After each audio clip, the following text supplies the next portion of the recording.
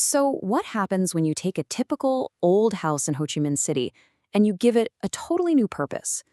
Well, today we're going to break down exactly how one design firm did that, turning a private home into something, well, something pretty extraordinary.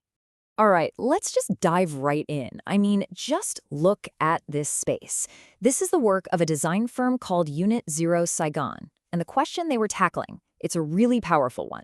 How do you turn an old, typical house into a city's vibrant cultural heart? How do you honor the past while building something totally new? That was the challenge, right? Okay, so first up, let's talk about the big idea here, because this was never just about a simple renovation. Nope, it was about a total reinvention. The vision? To transform a private house into a public hub. At its core, the mission was to merge two very different things. A private office on one hand and a public cafe on the other. But the goal was actually way bigger than that. It was to create a new center, a new node, as the architects like to call it, for the entire city's creative scene. And listen, this wasn't just some lofty idea. The space was designed from the ground up to be incredibly flexible. It's a spot for digital nomads to come and work. It's an art gallery, a stage for music events, a place for creative workshops, and of course, a fantastic spot for food and drinks. It really is the whole shebang, a true multi-use hub.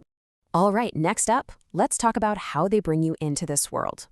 The whole journey starts right at the entrance, which, believe me, was so carefully designed to connect you with the history of the place from the moment you step foot on the property. And this quote really says it all. The architects wanted you to feel the layers of time right from your very first step. It's not about erasing the old house, it's about celebrating it. And here, this is a perfect example of how they pulled that off. You see on the left, that reused wood on the exterior patio? And then on the right, you've got those reused bricks lining the inside walls. It's like they're weaving this consistent story of renewal right before your eyes. And what's so cool is that these materials, they have their own history. The wood at the entrance feels warm and historic, you know? And those bricks inside, they were actually salvaged from another old facility right there in the city. So they're literally grounding this brand new design in local history. Okay, now we get to one of the most striking features of the entire project, and that's this really radical decision to just dissolve the boundaries between inside and outside. So instead of building solid walls, they used these huge glass screens. Just look at how the courtyard doesn't feel like something you just look at from a window. It feels like it's part of the room you're actually sitting in. That transparency completely changes the vibe of the space. And now, here you are, standing in that courtyard. This isn't some perfectly manicured, don't touch the grass kind of garden. No way. It's a lush, green oasis that you're meant to be in, to experience.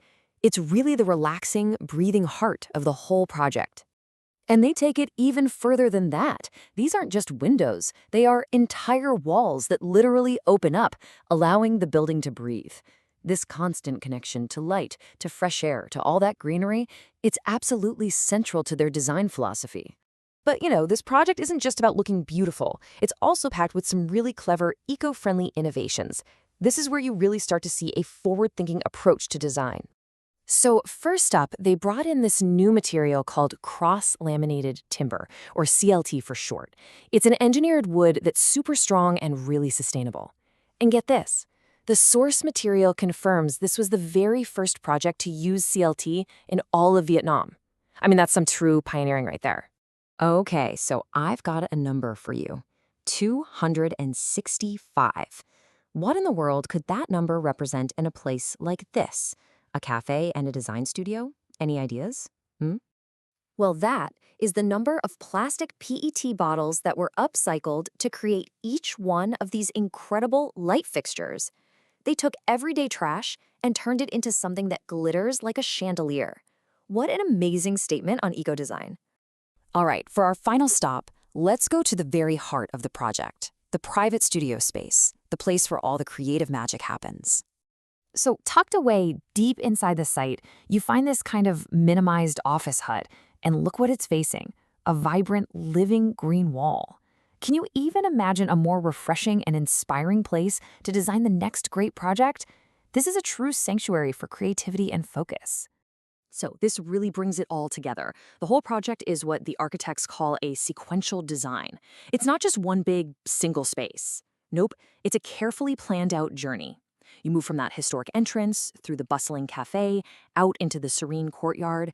You're discovering all these different zones with their own unique character until you find that one spot that's just perfect for you. You know, this incredible transformation in Saigon leaves us with a pretty big thought.